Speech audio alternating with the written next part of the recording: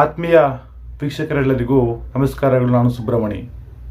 ಇವತ್ತೇನು ಧರ್ಮಸ್ಥಳದಲ್ಲಿ ಆಗುತ್ತಿರುವಂತಹ ಒಂದು ಮಹತ್ತರವಾದ ಬೆಳವಣಿಗೆ, ಹಲವಾರು ಅಲ್ಲಿ ಆಗುತ್ತಿರುವಂಥ ಘಟನೆಗಳಾಗಿರ್ಬೋದು, ದಿನಕ್ಕೊಂದು ತಿರುವು ತಿಳ್ಕೊಂಡು ಹೋಗ್ತಾ ಇದೆ. ದಿನಕ್ಕೊಂದು ಸಾಕ್ಷಿ ಬಂದು ಅಲ್ಲಿ ಉಟ್ಕೊಳ್ತಾ ಇದ್ದಾರೆ. ಸೊ ಏನಾಗತ್ತಂದರೆ, ಇದರ ಮಧ್ಯೆ ಕೆಲವು ಮಾಧ್ಯಮಗಳ ಒಂದು ಊಹಾಪೋಹಗಳ ಬಗ್ಗೆ, ಕಥೆಗಳ ಬಗ್ಗೆ, ಕೆಲವೊಂದು ಜನ ಒಂದು ಸೌಜನ್ಯ ಪರವಾಗಿ, ಕೆಲವೊಂದು ಜನ ಒಂದು ಧನಿಗಳ ಪರವಾಗಿ, ಇದೆಲ್ಲ SIT ಒಂದು ಇನ್ವೆಸ್ಟಿಗೇಷನ್ ಮಾಡ್ತಾ ಇದೆ, ತನಿಖೆ ಮಾಡ್ತಾ ಇದ್ದಾಗ ಯಾವುದೇ ರೀತಿ ಊಹಾಪೋಹಗಳಿಗೆ ನೀವು ಅಲ್ಲಿ ದಾರಿ ಮಾಡಿಕೊಡಬಾರ್ದು. ಏಕೆಂದರೆ ಭೀಮಾ ಏನು ಬುರ್ಡೆಯನ್ನು ಕೋರ್ಟ್ಗೆ ಆಗಲಿ ಮತ್ತು ಅಲ್ಲಿ ಪೊಲೀಸ್ ಸ್ಟೇಷನ್ಗೆ ತಗೊಂಡು ಹೋಗ್ತಾನಲ್ಲ, ಒಂದು ಬುರ್ಡೆಯನ್ನು ಸಾಕ್ಷಿಯಾಗಿ ಏನು ತಗೊಬಂದ ಭೀಮಾ. ಸೊ ಆ ಬುರ್ಡೆ ಬಗ್ಗೆ ಸ್ಟಾರ್ಟಿಂಗಲ್ಲಿ ಏನಾಯ್ತು ಅಂದರೆ, ಎಲ್ಲ ಮಾಧ್ಯಮಗಳು ಸುಮ್ಮನೆ ಇದ್ವು. ಸೊ ಏನು ಭೀಮಾ 13 ಪಾಯಿಂಟ್ಸನ್ನು ಏನು ಇಡ್ತಾನೆ, ಮತ್ತು ಒಂದು ಎಲ್ಲ ಆ ಗುಂಡಿಗಳನ್ನು ಒಗೆದಾಗ ಎರಡು ಗುಂಡಿಯಲ್ಲಿ ಮಾತ್ರ ಮೂಳೆ ಮತ್ತು ಅಸ್ಥಿಪಂಜರ ಸಿಗತ್ತೆ. ಸೊ ಕೆಲವೊಡೆ ಸಿಗಲ್ಲ. ಸೊ ತದನಂತರ ಅಲ್ಲಿಯವರೆಗೂ ಎಲ್ಲ ಪಕ್ಷಗಳು ಮತ್ತು ಸ್ವಲ್ಪ ಮಾಧ್ಯಮಗಳು ಸುಮ್ಮನೆ ಇದ್ದವು. ಯಾವಾಗ 13ನೇ ಪಾಯಿಂಟಲ್ಲಿ ಏನು ಸಿಗ್ತಾ ಇಲ್ವಲ್ಲ, ಆವಾಗ ಶುರುವಾಯಿತು ಇವ್ರದ್ದು ಬುರ್ಡೆ ಅಂದರೆ ತಲೆ ಇಳಿದವನು. ಸೊ ಆ ಥರ ಕಟ್ಟಕ್ಕೆ ಶುರು ಮಾಡಿದ್ರು ಸ್ವಲ್ಪ ಮಾಧ್ಯಮಗಳು. ಬುರ್ಡೆ ಗ್ಯಾಂಗು, ಬುರ್ಡೆ ಷಡ್ಯಂತ್ರ ಅಂತ ಈ ಥರ ಒಂದು ವರ್ಡನ್ನು ಯೂಸ್ ಮಾಡೋಕ್ಕೆ ಸ್ಟಾರ್ಟ್ ಮಾಡೋಕ್ಕೆ ಹೋಯಿತು. ಅದಕ್ಕಿಂತ ಮೊದಲು ಏನೂ ಇರಲಿಲ್ಲ. ಸೊ ಅಂದರೆ ಇಲ್ಲಿ ನೋಡಿ ಏನಾಗ್ತಾ ಇದೆ ಅಂದರೆ, ಇಲ್ಲಿ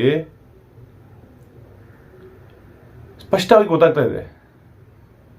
ಬುರ್ಡೆ ಏನಾಯಿತು ಸಿಗ್ಲಿಲ್ವಲ್ಲ, ಅವಾಗ ಏನಾಗ್ತದೆ ಅಂದರೆ, ಭೀಮನನ್ನು SIT ಅವರು ಬಂಧನಕ್ಕೆ ಒಳಪಡಿಸಿ ತನಿಖೆಯನ್ನು ಶುರು ಮಾಡ್ತಾರೆ, ಇನ್ವೆಸ್ಟಿಗೇಷನ್ ಮಾಡ್ತಾರೆ, ಅವನಿಗೆ ಬಂಧನಕ್ಕೆ ಒಳಪಡಿಸ್ತಾರೆ. ಸೊ ಅವನು ಹೇಳ್ತಾನೆ, ಸ್ಟಾರ್ಟಿಂಗಲ್ಲಿ ಸ್ವಲ್ಪ ಜನ ಹೆಸರು ಹೇಳ್ತಾ ಇರ್ತಾನೆ, ಆವಾಗ ಅವನಿಗೆ ಕ್ಲಿಯಾರಿಟಿ ಇರಲ್ಲ. ಸೊ ಅದಕ್ಕೆ ಇನ್ನು ಮುಂದೆ ಸ್ವಲ್ಪ ಸ್ಟ್ರಾಂಗ್ ಆಗಿ ತನಿಖೆ ಮಾಡ್ತಾರೆ. ನೆಕ್ಸ್ಟ್ ಹೇಳೋದೇನೆಂದರೆ, ಸ್ವಲ್ಪ ಜನರ ಹೆಸರನ್ನು ಹೇಳ್ತಾನೆ. ಅದರಲ್ಲಿ T ಜಯಂತ್ ಮತ್ತು ಗಿರೀಶ್ ಮಠನ್ ಅವರ ಹೆಸರನ್ನು ಹೇಳ್ತಾನೆ. ಮತ್ತೆ ಏನು ಮಾಡ್ತಾರೆ ಅಂದರೆ, ಸೌಜನ್ಯ ಅವ್ರ ಮಾವ ಏನು ವಿಠಲ್ ಗೌಡ ಅವ್ರ ಹೆಸರನ್ನು ಕೂಡ ಹೇಳ್ತಾನೆ. ಏಕೆಂದರೆ ಅಲ್ಲಿ ಈ ಒಂದು ಭೀಮಾ ವಿಠಲ್ ಗೌಡ ಅವ್ರಿಗೆ ಜಾಸ್ತಿ ಪರಿಚಯ ಇರ್ತಾನೆ, ಅಲ್ಲಿ ನೋಡಿರ್ತಾರೆ ಮತ್ತು ಅವ್ರ ಬಗ್ಗೆ ಸ್ವಲ್ಪ ತಿಳ್ಕೊಂಡಿರ್ತಾರೆ ಏನೇ ಎತ್ತ ಅಂತ. ಸೊ ಅದರ ತಕ್ಕಂಗೆ ಏನು ಮಾಡ್ತಾರೆ ಅಂದರೆ, ಅವರು ಮಟ್ಟಣ್ಣನವರು ಈ ವಿಷಯ ತಿಳಿದಿರ್ತದೆ. ಸೊ ಏನು ಮಾಡ್ತಾರೆ ಅಂದರೆ, ಭೀಮಾ ವಿಠಲ ಗೌಡವರೇ ನನಗೆ ಕೊಟ್ಟಿದ್ದು ಬುರ್ಡೆ ಅಂತ ಹೇಳ್ಬಿಡ್ತಾರೆ. ಸೊ ಆ್ಯಕ್ಚುಲಿ ಇದು ಅಪರಾಧ ಅಂತ ಹೇಳ್ತಾರೆ, ಬಟ್ ಏನು ಮಾಡೋಕ್ಕಾಗಲ್ಲ ಅದು. ಸೊ ನೋಡೋಣ ಏನಾಗುತ್ತೆ ಅಂತ. ಮತ್ತೆ ಏನಾಗುತ್ತೆ ಅಂದರೆ, ಎಲ್ಲಿಗೆ ತಗೊಬಂದಿದೆಯಾ ಅಂತ ಹೇಳಿದ್ರೆ, ಇವ್ನು ಹೇಳೋದೇನೆಂದರೆ ಬಂಗ್ಲೆ ಗುಡ್ಡೆಯಲ್ಲಿ. ಸೊ ಅವಾಗೇನಾಗತ್ತೆ ಅಂದರೆ, ಸೌಜನ್ಯ ಅವರ ಮಾವ ಆದಂತಹ ವಿಠಲ ಗೌಡ್ರನ್ನು ವಿಚಾರಣೆಗೆ ಒಳಪಡಿಸಿ ವಿಚಾರಣೆ ಮಾಡಿದಾಗ ಅವರನ್ನು ಬಂಗ್ಲೆ ಗುಡ್ಡೆ ಅಂತ ಕರ್ಕೊಂಡು ಹೋಗ್ತಾರೆ.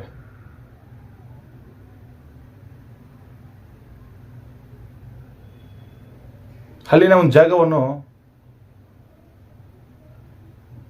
ಮಹಾಜರು ಮಾಡೋದಕ್ಕೆ ಕರ್ಕೊಂಡು ಹೋಗ್ತಾರೆ. ಆ ಒಂದು ಸಂದರ್ಭದಲ್ಲಿ ಕೆಲವೊಂದು ಮಾಧ್ಯಮಗಳು ಇಲ್ಲದಂತೆ ಅಫಿಷಿಯಲ್ ಆಗಿ ಏನಾಯ್ತು ಅಂದರೆ, ನರಕಕ್ಕಿಂತ ಹೆಚ್ಚು ಅಲ್ಲಿ ಅಸ್ಥಿಪಂಜರ ಸಿಕ್ಕಿದೆಯಾಗ ಮಾಹಿತಿ ಬರ್ತಾ ಇದೆ. ಸೊ ಈ ಮಾಹಿತಿ ನಿಜ ಆಗಿರ್ಬೋದು, ಏಕೆಂದರೆ SIT ಕೂಡ ಅಲ್ಲೆಲ್ಲ ಹೋಗಿ ಆ ಸ್ಥಳವನ್ನೆಲ್ಲ ಯಾವುದೇ ರೀತಿ ಸಾಕ್ಷಿ ನಾಶವಾಗ್ದಿರ ಅಲ್ಲಿ ಪೊಲೀಸ್ ಬಂದೋಬಸ್ತನ್ನೆಲ್ಲ ಮಾಡಿ ಬಂದಿದ್ದಾರೆ. ಮೇ ಬಿ ನಾಳೆ ಅದಕ್ಕೆ, ಯಾಕೆಂದರೆ ಅವರೇ ಹೋಗ್ಬಿಟ್ಟು ಅದನ್ನು ತೆಗೆಯಂಗಿಲ್ಲ. ಅದೊಂದು ಅವ್ರದ್ದೇ ಆದಂಥ ಒಂದು ರೂಲ್ಸ್ ಇರ್ತವೆ, ರೆಗ್ಯುಲೇಷನ್ಸ್ ಇರ್ತವೆ. ಅದನ್ನು ಪಾಲಿಸ್ಕೊಂಡು ಅವ್ರು FSR ಕಳಿಸ್ತಾರೆ. ನೆಕ್ಸ್ಟ್ ಏನು ಆ ಗುಂಡಿಗಳಿಂದ ಪಂಜೆಗಳನ್ನು ತೆಗೆದು FSRಗೆ ಕಳಿಸಿ ಆ ಮಣ್ಣನ್ನು ಕೂಡ ಟೆಸ್ಟ್ ಮಾಡ್ತಾರೆ. ಸೊ ಅಲ್ಲಿಯವರೆಗೂ ಕೆಲವೊಂದು ಮಾಧ್ಯಮಗಳು ತನ್ನದೇ ಆದಂಥ ಕಟ್ಟುಕತೆಗಳು ಊಹಾಪೋಹಗಳನ್ನು ಕಟ್ತಾ ಇದ್ದಾವೆ. ಇದಕ್ಕೆಲ್ಲ ಸುಳ್ಳು. ಅದಕ್ಕಂತಲೇ SIT ಇದೆ. SIT ಏನು ಇನ್ನೊಂದು ಕೆಲವೇ ದಿನಗಳಲ್ಲಿ ಅಲ್ಲಿ ಆರೋಪಿಗಳು ಯಾರು, ನಿರಪರಾಧಿಗಳು ಯಾರು ಎಂಬುದರ ಬಗ್ಗೆ ನಿಮಗೆ ಸ್ಪಷ್ಟವಾದ ಮಾಹಿತಿ ಕೊಡುತ್ತೆ. ಅಲ್ಲಿಯವರೆಗೂ ಜನರು ಯಾವುದೇ ರೀತಿ ಕುತೂಹಲಕ್ಕೆ ಹೋಗ್ಬೇಡಿ.